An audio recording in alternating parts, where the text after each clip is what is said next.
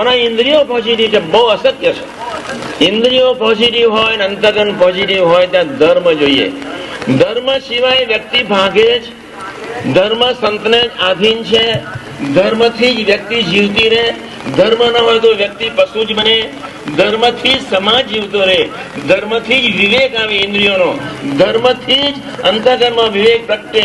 જેના ફળ સ્વરૂપે શું કરવાનું છે, શું નથી કરવાનું એનો ખ્યાલ આવે. પછી મેં એમને સમજાયું, મેં કોઈ સમય નથી, એક યજ્ઞ છે. અને જયારે આ યજ્ઞ મળી રહ્યા છો ત્યારે પાદરાના બધા મુક્તોને મારી એટલી જ વિનંતી છે કે તમે ઉમળકાભેર આવતા આવેલા હરિભક્તોની સેવા કરજો. બસ આપણા હૃદયની છે ઉમંગ હશે તો ભગવાન આપણને ખૂબ બળ આપશે ને આપશે જ. આજે બધાએ તમે બધાએ ખૂબ ઉમંગથી બધાને જમાડ્યા, ખડે પગે બધા રહ્યા. મને ખૂબ આનંદ થયો.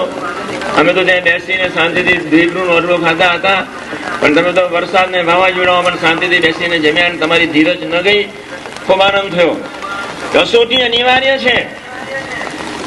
શાદી કે માનવીનું ક્ષુદ્ર મન છે, માનવીનું પોચું મન છે, માનવીનું અપેક્ષિત મન છે. દરેક પોઝિશનમાં સાનુકૂળતા જોઈએ. એ આજે માનવીનો સહજ નેચરલ સ્વભાવ છે. ભગવાન સ્વામિનારાયણને 49 વર્ષની બહુ નાની ઉંમરમાં, 49 વર્ષને કાંઈ ન કહેવાય, પણ 49 વર્ષની ઉંમરમાં એમને ભગવાન સ્વામિનારાયણ 10-10, 15-15 દિવસની 11 વખત બીમારી ધારણ કરેલી.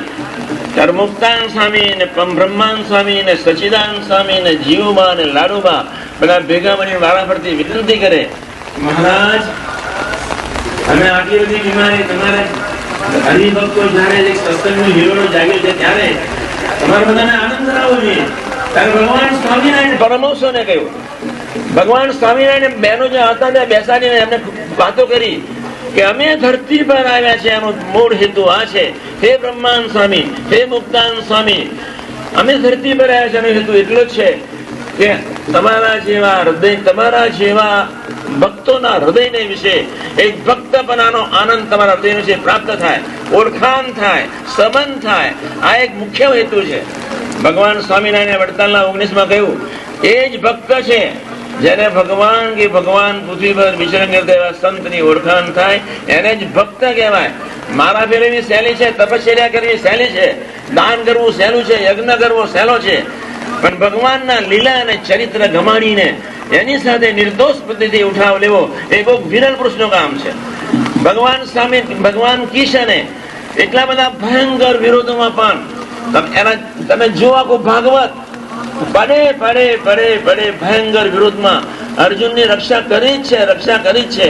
છતાં અર્જુનને સૂઝ આપી, બેટા અર્જુન સરળ થા, બેટા અર્જુન બ્રહ્મભૂતા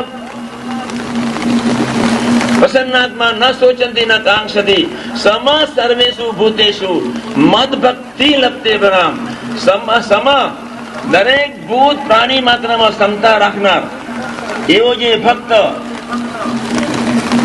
એ જ ભક્ત મારા હૃદયનો પ્રાણ છે. એના હૃદયને છે ભક્તિ હું પ્રગટાવું છું. તો આ ભક્તિ ઉત્સવમાં તમે બધા આવ્યા, ખૂબ આનંદ થયો. કોઈ ચિંતા કરવાની જરૂર નથી. એક જ ચિંતા કરવાની છે,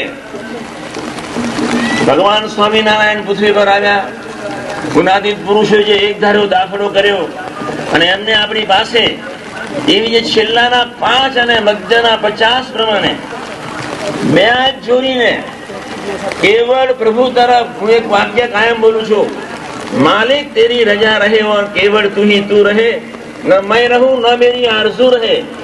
એ વચના છેલ્લાનું 5, મધ્યનું 50. કોઈ પણ વ્યક્તિ, કોઈ પણ પ્રસંગ, કોઈ પણ પદાર્થ, કોઈ પણ પરિસ્થિતિ, એવી પરિસ્થિતિમાં તમારો સંબંધ ન જાય અને એવી પરિસ્થિતિમાં તમે બે હાથ જોડીનો ખૂબ આવ્યા ને આપણે તો બધું એટલું બધું લાખ માણસ આવ્યો, આટલા જમ્યા ને એમાંથી નવરાજ પડત નહીં. આપણે નક્કી કરવાનું છે ભગવાનને જયારે પૃથ્વી પર વિચરણ કરતા હોય ત્યારે એના ખરેખરા દીકરા થઈને કેવી રીતે જીવાય એ માટે આપણે છેલ્લાનો 5, મધ્યનો 50 આપણે એ તરફ દોર મૂકવી છે. જે ટાઈમે ભગવાન સ્વામિનારાયણ છેલ્લાના 11માં કહ્યું છે, સીતાજીની વિપરીત પરિસ્થિતિમાં, વિપરીત એમનામ ભક્ત કહેવાય, વિચિત્ર વગર વાંકે બિચારી સીતાજીને ભગવાન રામચંદ્રજી કાઢી જ મૂક્યા. છતાંય સીતાજીના હૃદયને સંકલ્પ ન ઉઠ્યો કે ભગવાને આમ કેમ કર્યું. એનું ભક્ત કહેવાય, એનું આત્મીયતા કહેવાય. એ જ નિર્વિકલ્પ સમાધિનો સુખ ને આનંદનો પ્રાપ્ત કરી શકે. આપણે 3 જ વર્ષમાં 5 જ મિનિટમાં હું પૂરું કરું છું. વરસાદને જેટલો વરસવા દો, એની બહુ ચિંતા કરતા નહીં. પણ હવે આવી રહી છે 21મી સદી. 3.25 વર્ષ બાકી છે. આપણે 3.25 વર્ષમાં એવો સ્વાધ્યાય, એવું ભજન, એવી સેવા, એવી સરળતા, મોટા પુરુષના ગમતા પ્રમાણે, ગુણાતીત પુરુષોના ગમતા પ્રમાણે, એમની રુચિ પ્રમાણે આપણે એવો એક સંબંધ કરી લેવો છે. કોઈ આત્મીય બને કે ન બને, હે મહારાજ મને બનાવજો. કોઈ સરળ બને કે ન બને, હે મહારાજ મારે બનવું છે. કોઈ સેવા કરે કે ન કરે, હે મહારાજ મારે સેવા કરવી. કોઈ બાળક બને કે ન બને, કોઈ ભૂલકું બને કે ન બને, હું ભૂલકું થવું છે. કોઈ રાગ બને કે ન બને, મારે દરેકના રાગ થઈને જીવી લેવું છે. આવી એક ભાવનાથી જો આપણે ખરેખર 3 વર્ષ આના માટે સ્વાધ્યાય ભજન જો ગયા કરીશું તો 21મી સદીનો સૂર્ય, આ શબ્દ યાદ રાખજો, એનું જે મંગળ પ્રભાત, ન્યુયોર્કની મોડેલો અત્યારથી બુક થઈ ગઈ. 21મી સદીના સૂર્યના મંગળ પ્રભાતને માણવા માટે ન્યુયોર્કની મોડેલો 3 વર્ષ પહેલા બુક થઈ ગઈ. આપણે ભગવાન સાથેનો સંબંધ એવો બુક કરી દેવો છે કે 21મી સદીના મંગળ પ્રભાતનો આનંદ આત્મીયતાના એક નિર્દોષ આનંદથી હૃદયાકાશ નિવસે. એક આત્મીયતાનો સૂર્ય હૃદયાકાશ નિવસે, એક નિર્દોષ બુદ્ધિનો સૂર્ય હૃદયાકાશ નિવસે, એક દિવ્યતાનો સૂર્ય હૃદયાકાશ નિવસે. અલ્પ સંબંધમાં ખોવાઈ જઈને એક બાળકપણાનો સ્વભાવ આપણા ચૈતન્યને વિશે મહારાજના સ્વામી પ્રગટાવે અને એ અંગે તમને બધાને ખૂબ ખૂબ ખૂબ બળ આપે. ભજનનું, સ્વાધ્યાયનું, આત્મીયતાનું મહારાજ ખૂબ ખૂબ બળ આપે. એ જ પ્રાર્થના સહજાનંદ સ્વામી મહારાજને છે.